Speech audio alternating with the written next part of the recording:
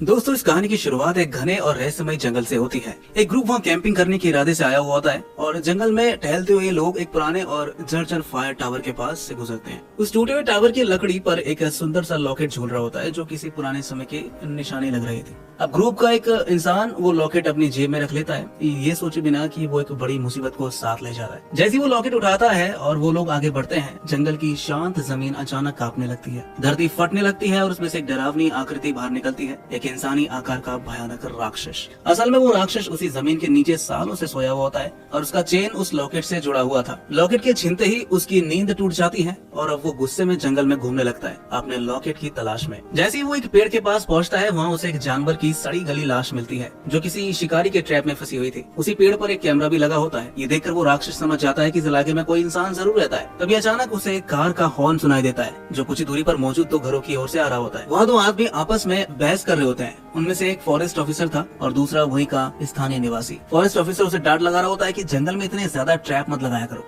अगर कोई टूरिस्ट उसमें फंस गया तो बड़ी मुसीबत हो सकती है। इन दोनों को ये अंदाजा नहीं होता कि दूर खड़ा वो भयानक राक्षस लगातार उनकी तरफ बढ़ता जा रहा था। वो अपनी बहस में इतने उलझे होते हैं कि खतरे को बिल्कुल भी महसूस नहीं कर पाते। बहस से कुछ देर बाद फॉरेस्ट ऑफिसर गुस्से में वहाँ से चला जाता है और दूसरा आदमी अपने घर की ओर बढ़ता है। घर में पहुंचते ही वो अपनी बंदूक लेकर बाहर निकल आता है। शायद उसे कुछ अजीब सा एहसास हो रहा था, लेकिन उसके जाने के बाद वो भयानक राक्षस जिसे हमने पहले देखा था उसी आदमी के घर में घुस जाता है। घर में दाखिल होते ही उसकी नजर एक लॉकेट पर पड़ती है। ये लॉकेट बिल्कुल उसी की तरह दिखता है जिसे ग्रुप का एक सदस्य पहले उठा चुका होता है। तभी उसे मिरर में एक परछाई दिखाई देती है और वो परछाई असल में उसी की थी। इस परछाई को देखते ही उसे अपने बीते हुए पल की याद आने लगती है, खासकर वो वक्त जब उसके पिता ने उसकी माँ का वही लॉकेट देते हुए कहा था, इसे कभी अपने से दूर मत होने देना। अब हमें ये समझ में आ जाता है कि वो लॉकेट उसके लिए इतना जरूरी क्यों था। ये सिर्फ एक गहना नहीं था बल्कि उसकी माँ की आखिरी निशानी थी और शायद उसी लॉकेट की ताकत से वो जमीन के नीचे सोया हुआ था। लेकिन अब क्योंकि वो लॉकेट उससे दूर हो चुका था, इसलिए वो किसी भी हालत में उसे ढूंढ कर ही रहेगा। जैसे वो अपने लॉकेट की ओर बढ़ता है, तभी घर का असली मालिक लौट आता है। जैसे उसकी नजर उस राक्षस पर पड़ती है, वो डर के मारे कांपने लगता है, क्योंकि अभी तक फिल्म में उस राक्षस की पूरी झलक दिखाई नहीं दी थी, लेकिन उसकी मौजूदगी ही काफी डरावनी थी। वो आदमी कुछ कह भी नहीं पा रहा था और राक्षस उसके हाथ से पकड़ी हुई बंदूक छीन लेता है। जान बचाने के लिए वो आदमी तेजी से जंगल की तरफ भागता है, लेकिन किस्मत उसका साथ नहीं देती। भागते भागते वो अपने ही लगाए हुए ट्रैप में फंस जाता है। अब राक्षस को उसे पकड़ने में कोई दिक्कत नहीं होती। उसने अपने लाल और भयानक हाथों से उस आदमी का चेहरा चीर और फाड़ दिया।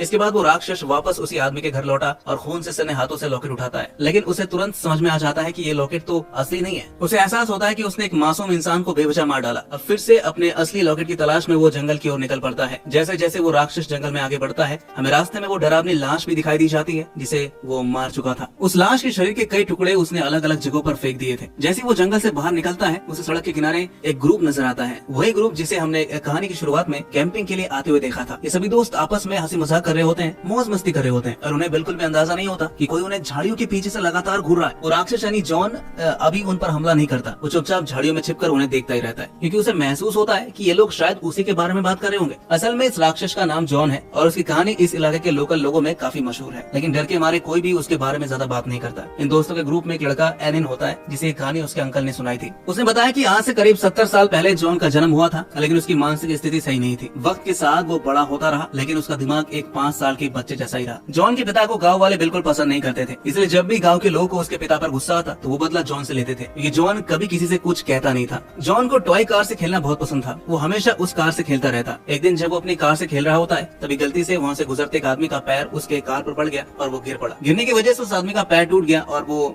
कई महीनों तक कोई काम नहीं कर पाया। गाँव वालों ने इसकी गलती का सारा दोष मासूम जॉन पर डाल दिया। अब उन्होंने जॉन से बदला लेने के लिए एक साजिश रच डाली। उन्होंने उसे झूठ बोल कर कहा कि फायर टावर के ऊपर एक बैग पड़ा है जो टॉय कार से भरा हुआ था, अगर वो उसे चाहिए तो रात में वहाँ आना होगा। जॉन ने उनकी बात मान ली और रात को फायर टावर पर पहुंच गया। जॉन रात को फायर टावर के ऊपर पहुंचता है इस उम्मीद में कि उसे वहाँ टॉय कार से भरा बैग मिलेगा, लेकिन वहाँ उसे कोई बैग नहीं दिखता। उसे वहाँ पर एक आदमी नजर आता है जो फायर टावर का मास्क पहन कर खड़ा था और उसका मकसद जॉन को डराना था। जॉन उस डरावनी शक्ल को देखकर घबरा जाता है। डर के मारे उसकी हालत काफी खराब हो जाती है और भागने की कोशिश में वो फिसल कर टावर से नीचे गिर जाता है। गिरते वक्त उसकी गर्दन की हड्डी टूट जाती है और वहीं उसकी मौत हो जाती है। जब गाँव के उन लड़कों ने देखा कि जॉन मर चुका है तो वो सभी घबरा गए। उन्हें डर था कि अगर सच्चाई सबके सामने आ गई तो वो जेल भी जा सकते हैं। अपने आप को बचाने के लिए उन्होंने जॉन को वही फायर टावर का मास्क पहना दिया जिससे वो गिरने से पहले डर गया था, और फिर उन्होंने पूरे गांव में झूठी कहानी फैला दी कि जॉन खुद ही खेलते खेलते टावर से गिर गया और उसकी वही मौत हो गई। गांव वालों ने इस कहानी पर यकीन भी कर लिया, लेकिन जॉन के पिता को इस पर यकीन नहीं हुआ। उन्हें पक्का यकीन था कि उनके बेटे की मौत के पीछे इन लड़कों का ही हाथ है। जॉन के डैड ने जब उन लड़कों से बेटे की मौत की सच्चाई पूछने की कोशिश की तो बात बहस से लड़ाई तक पहुँच गयी।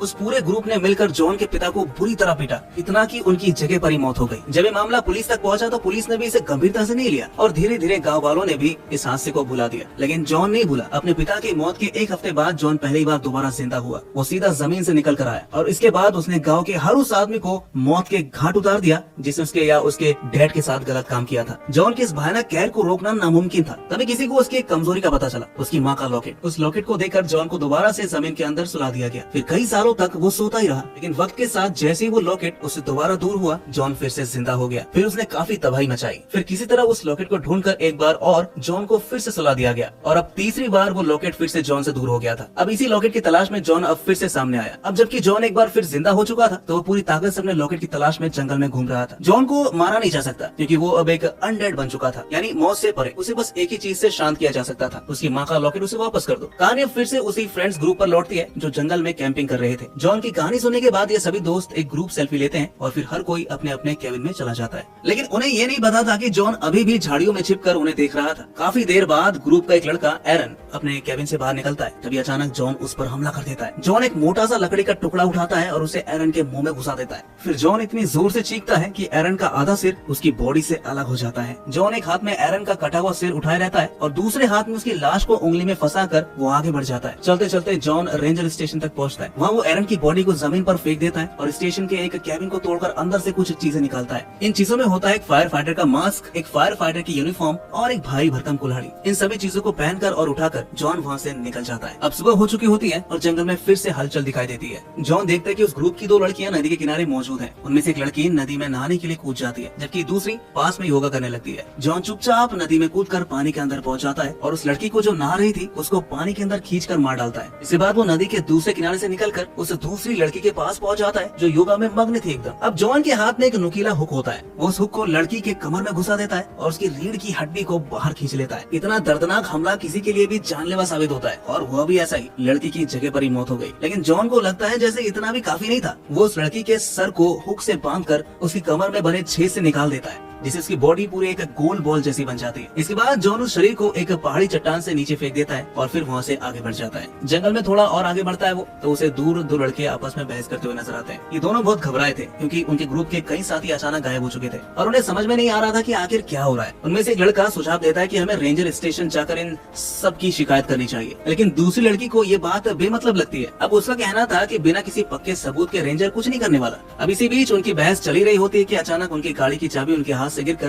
दूर झाड़ियों में गिर जाती है। अजीब बात ये थी कि वो चाबी जाकर सीधे जॉन के पैरों के पास गिरती है और उस चाबी में एक टॉय कार की रिंग भी लगी थी। वही टॉय कार जिससे जॉन को बचपन से खेलना बहुत पसंद था। जॉन जैसे उस टॉय कार को देखता है वो बच्चों की तरह उसे लेकर खेलने लग जाता है। ये देखकर लड़का कहता है कहीं ये सब जॉन का ही तो काम नहीं। जैसे ही जॉन ने अपना नाम सुना उसका गुस्सा 7वें आसमान पर पहुंच गया। वो एकदम से उन दोनों के सामने आ जाता है। दूर से जॉन अपनी कुल्हाड़ी उन दोनों की ओर फेंकता है जो जाकर एक लड़के की टांग में लगती है और वो दर्द से चीख उठता है। दूसरा लड़का जल्दी से उसकी मदद के लिए आगे बढ़ता है, कुल्हाड़ी उसकी टांग से निकालता है और उसे उठाकर भागने की कोशिश करता है। लेकिन तब तक जॉन उनके काफी करीब आ चुका था। अपनी जान बचाने के लिए वो लड़का अपनी गन निकालकर जॉन पर गोली चला देता है। गोली लगने के बाद जॉन थोड़ी देर के लिए जमीन पर गिर जाता है, पर क्योंकि वो अनडेड है यानी कि वो मर नहीं सकता, जैसे ही उसे होश आता है वो फिर से उठता है और पास पड़ी अपनी कुल्हाड़ी दोबारा उठा लेता है। अब इस बार वो कुल्हाड़ी एक लड़के के सिर में फेंक कर मारता है और फिर एक भारी पत्थर से दूसरे लड़के के चेहरे पर हमला करता है जिससे उसका चेहरा बुरी तरह से कुचल जाता है और वो भी मारा जाता है। दोनों लड़कों के मरने के बाद जॉन उनकी जेबें टटोलता है, ये देखने के लिए कि शायद लॉकेट उनमें से किसी एक के पास तो नहीं है, लेकिन दोनों की जेब खाली थी, लॉकेट उनके पास भी नहीं थी। अब जॉन वहीं बैठकर सोचने लगता है आखिर उसका लॉकेट है कहाँ। तभी उसे दूर से अपने ग्रुप के दो सदस्य आते हुए नजर आते हैं। उनमें से एक लड़के के गले में वो लॉकेट चमक रहा होता है, वही लॉकेट जिसकी उसे तलाश थी। जैसे ही जॉन की नजर उस लड़के के गले में लटकते हुए लॉकेट पर पड़ती है उसका चेहरा गुस्से से भर जाता है। अब उसे पक्का यकीन हो जाता है कि यही वो लॉकेट है जो उसे छीन लिया गया था और अब उसे किसी भी हालत में वापस चाहिए। वो अपनी भारी कुल्हाड़ी उठाता है और मन में ठान लेता है कि वो उस लड़के की गर्दन काट कर अपना लॉकेट वापस लेगा। लेकिन तभी पीछे खड़ी लड़की को जॉन की मौजूदगी का एहसास हो जाता है। जैसे उसकी नजर जॉन पर पड़ती है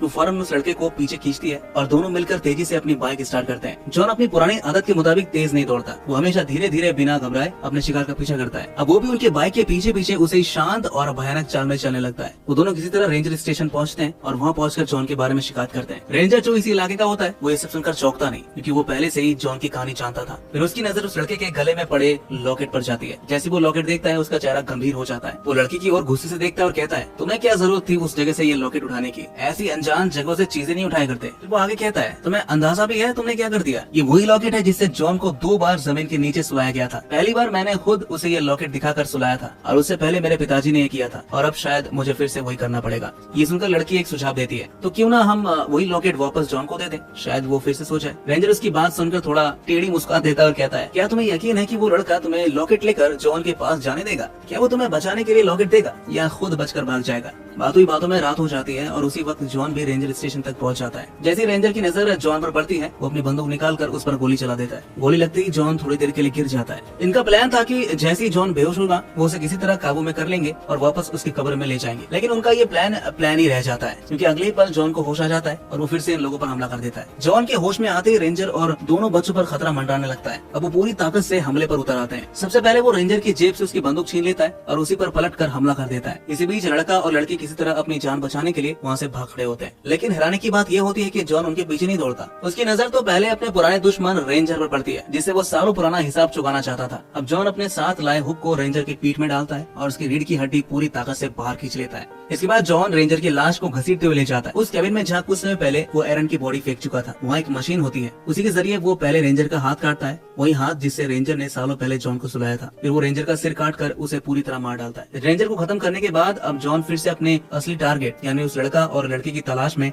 जंगल की ओर निकल पड़ता है। जैसे वो जंगल में पहुंचता है हमें पता चलता है कि लड़का और लड़की पहले एक प्लान बना चुके थे ताकि जॉन को फंसाया जा सके। इस प्लान के तहत लड़का खुद जॉन के सामने आकर उसे अपनी ओर आकर्षित करता है, लेकिन इससे पहले कि वो कुछ कर पाता जॉन एक झटके में उस पर कुल्हाड़ी से हमला कर देता है। लड़का जमीन पर गिर जाता है और जॉन को उसे खत्म करने का मौका मिल जाता है। हर बार की तरह जॉन बड़ी बेरहमी से बार बार अपनी कुल्हाड़ी उसके शरीर पर चलाता है जैसे वो उसे टुकड़े टुकड़े करना चाहता हो। ये सब देखकर लकड़ी डर के मारे कांपने लगती है। उसके हाथ में वही लॉकेट होता है जो उसने पास रखी एक कैन में रख दिया था। फिर वो तुरंत वहाँ से भाग खड़ी होती है। वो बहुत तेजी से दौड़ती है। उसका एक ही मकसद होता है किसी तरह इस जंगल से बाहर निकल जाना, लेकिन न जाने क्यों उसे लगने लगता है कि ये जंगल किसी भूल भुलैया की तरह बन चुका है। वो चाहे जिस दिशा में क्यों ना जाए हर बार जॉन उसके सामने आ खड़ा होता है। जॉन अब भी लड़के के लाश के पास खड़ा कुल्हाड़ी से उसे काटता ही जा रहा था। ये नजारा बेहद डरावना था। बहुत देर तक भागने के बाद लड़की अपने डर पर थोड़ा काबू पाने की कोशिश करती है। वो सोचती है कि अगर वो इसी तरह भागती रही तो जॉन से बचना नामुमकिन है, इसलिए वो अपने दिमाग का इस्तेमाल करती है और जंगल से बाहर निकलने का कोई नया रास्ता तलाशती है। काफी कोशिशों के बाद वो आखिरकार एक सड़क तक पहुंच जाती है। किस्मत से वहाँ से एक और लड़की गाड़ी से गुजर रही होती है। वो रुकती है और उसे लिफ्ट देती है। गाड़ी में बैठते ही घायल और डरी हुई लड़की